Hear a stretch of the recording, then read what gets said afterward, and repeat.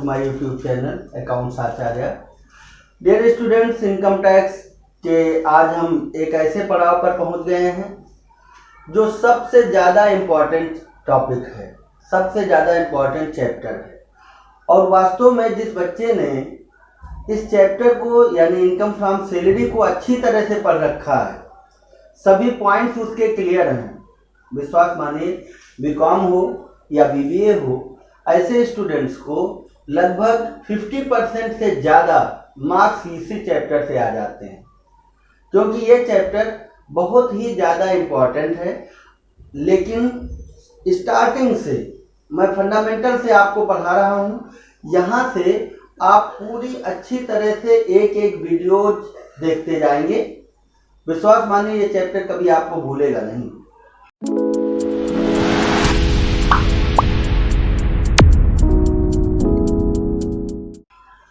चलें देखते हैं इनकम फ्रॉम सैलरी।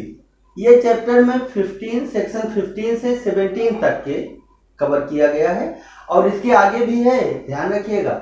वो आगे एग्जाम्पशंस के पॉइंट होंगे, जहाँ जहाँ पर एग्जाम्पशंस होगा वो सेक्शंस में अलग अलग से आपको बताता रहूँगा साथ साथ में।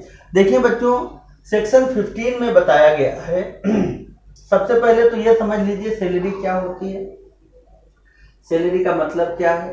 देखिए इन केस ऑफ इकोनॉमिक्स में आपने पढ़ा था कि मजदूर को जो भी मजदूरी दी गई उसे हमने सैलरी और वेजेज में काउंट किया। वहाँ कोई सैलरी नहीं होती थी, सभी चीज़ को हम वेजेज कहते थे, मजदूरी कहते थे।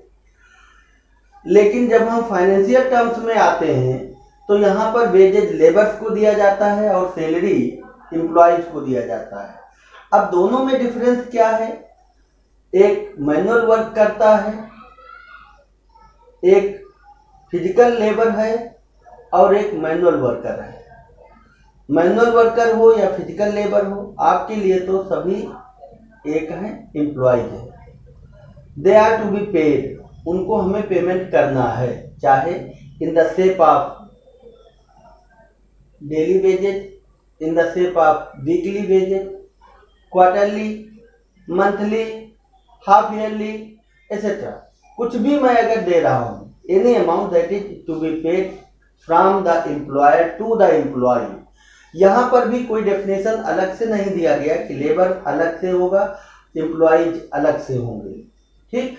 यानी सबको एक साथ रखा है, चाहे वो जिस भी कैटेगरीज के हों।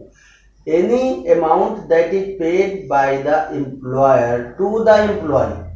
एम्प्लॉय को एम्प्लॉयर से जो भी रेमुनरेशन मिलता है, पेमेंट मिलता है, चाहे वो किसी भी शेप में हो, चाहे वो किसी भी कैश भी हो सकता है, काइंड भी हो सकता है।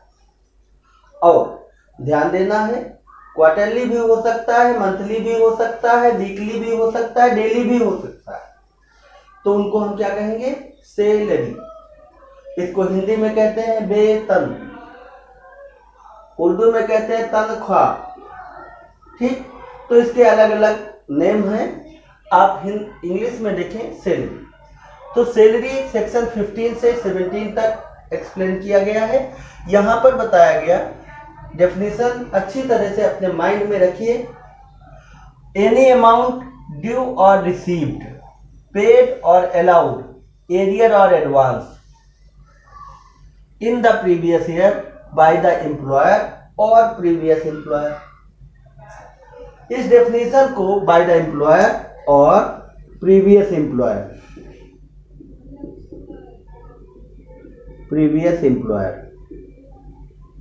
ध्यान रखो बच्चों, चाहे करंट एम्प्लॉयर ने दिया हो, चाहे प्रीवियस एम्प्लॉयर ने दिया हो, अमाउंट ड्यू हो या आपने रिसीव कर लिया हो, या पेड हो या अलाउड हो, या एरियर हो या एडवांस हो, ये सभी क्या होंगे आपके लिए? सैलरी होंगे, राइट।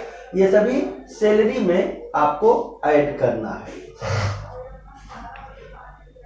नेक्स्ट देखें, सेक्शन 16 में बताया गया है, इसी को थोड़ा एब्रीविएट किया गया, एक्सप्लेन किया गया।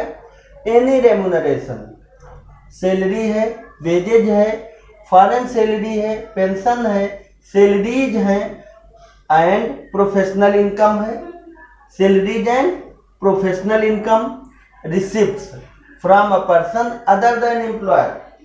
यहाँ से देखिए salary and professional income receipts from other than employer. ये क्या हुआ, सैलरी आपको ऊपर पढ़ा दिया, वेजेज पढ़ा दिया, फॉरेन सैलरी यानी कि अगर आप हमारे ही फर्म में दूसरे जगह पर यानी भारत के बाहर काम कर रहे हैं तो फॉरेन सैलरी आप वहां पर जनरेट करेंगे, right. May be possible India में आपको पेमेंट मिले, मे बी पॉसिबल आपको फॉरेन में पेमेंट मिले, ठीक, लेकिन सैलरी होगी। हमें यहाँ पर क्या देखना है, क्या सैलरी है, सैलरी का पार्ट क्या है, ठीक। तो that will be included in your salary, either you are receiving in India और रिसीविंग आउटसाइड इंडिया, राइट। तो that is foreign salary. Pension you are receiving in India और outside India, this is also a part of salary, ये भी आपके salary का part बनेगा। Next देखिए salaries and professional income receipts from a person other than employer.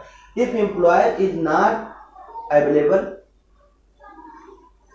कहीं पर भी ऐसा हो सकता है उसके लीगल एयर बैठे हुए हैं, लीगल एयर बैठे हैं या उसका कोई एजेंट बैठा हुआ है, तो आप एम्प्लॉयर से पेमेंट ना पा करके आप अगर उसके लीगल एयर से पेमेंट ले रहे हैं या आप उसके एजेंट से पेमेंट ले रहे हैं तो भी सैलरी ही माना जाएगा, उसे भी हम सैलरी ही मानेंगे। अदर पर्सन आपको पेमेंट क्यों देगा, because you are providing him services, आप उसे अपने सर्विस प्रोवाइड कर रहे हैं, एजेंट को सर्विस प्रोवाइड कर रहे हैं, एम्प्लॉयर पेमेंट कर रहा है या एजेंट के यहाँ पर सर्विस प्रोवाइड कर रहे हैं, एजेंट पेमेंट दे रहा है, लेकिन कंपनी का जो एम्प्लॉयर है वो बाहर है, तो बाहर है फिर भी आपको पेमेंट मिल रहा है, तो that will be a part of your salary, वो भी आपके सैलरी का पार्ट बनेगा।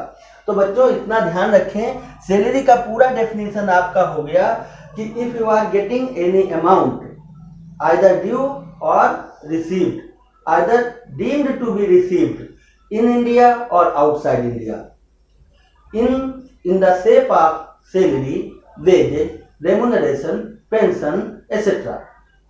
ठीक, either from the previous employer or current employer during the previous year, पिछले साल में ही आपने जो भी रिसीव किया है वो पेमेंट जो भी आपने रिसीव किया है that will be a part of your salary, वो सैलरी का पार्ट होगा। अब देखिए बच्चों सैलरी सेक्शन 17, सैलरी में हम क्या क्या इंक्लूड करते हैं, सैलरी में कौन कौन से पार्ट होते हैं। यहाँ पर आप हमारे जिस अकॉर्डिंग मैं आपको पढ़ा रहा हूँ, जैसे मैंने कोशिश किया है पढ़ाने के लिए आपको, आप हमारे बेसिस पर चलेंगे। बुक में पहले उन्होंने प्रॉफिट इन लिeu ऑफ सैलरी दिया होगा, रिटायरमेंट बेनिफिट्स के कुछ पोर्शन दिए होंगे, आप उनको अभी छोड़िए, अभी उनका डिस्कशन हम लोग बाद में करेंगे। पहले हम सब लोग देखेंगे क्या, बेसिक सैलरी। तो this was basic salary, this was a part of your basic salary. Basic salary के पार्ट में जो और भी एसेंशियल पॉइंट्स हैं वो भी आपको एक्सप्लेन किया जाएगा, डिस्कस करेंगे अभी आगे। सैलरी में salary includes basic salary, allowances, perquisites, profit in लिeu of salary. ये आपको सैलरी के अंदर 4 पॉइंट्स याद रखने हैं कि आपको बेसिक सैलरी, तो बेसिक सैलरी ये हो गई आपकी total, whatever remuneration is to be provided by the employee to the employee in the form of cash और काइंड, तो that will be included in your salary, that will be a part of your salary, वो salary हो, तो that is basic salary. अब कभी कभी salary आपके grade pay में मिलती है, तो बच्चों ग्रेड पे आपको हम आगे डिस्कस करेंगे। कभी कभी salary next day of first day of next month मिलती है, कभी कभी last day of same month मिलती है, उनका भी डिस्कशन हम आगे करेंगे, वो भी बेसिक सैलरी के पार्ट होते हैं। नेक्स्ट पॉइंट है आपका अलाउंसेस और perquisites, profit in लिeu of salary. तो ये 3 पॉइंट्स जब आप पढ़ लेंगे अच्छी तरह से, उसके बाद आपको हम सैलरी की कंप्यूटेशन करवाएंगे। तो बच्चों ये जो टॉपिक थी ये आपका पूरा बेसिक सैलरी को एक्सप्लेन करने के लिए था। आप हमारे साथ बने रहें। नेक्स्ट वीडियो में हम आपको अलाउंसेस पढ़ाएंगे, अलाउंसेस कितने टाइप के होते हैं ये पढ़ाएंगे, अलाउंसेस के से रिलेशन में एग्जम्पशंस कैलकुलेट करना बताएंगे। तो आप हमारे लिए नेक्स्ट वीडियो का वेट करें। तब तक के लिए धन्यवाद। जय श्री राम।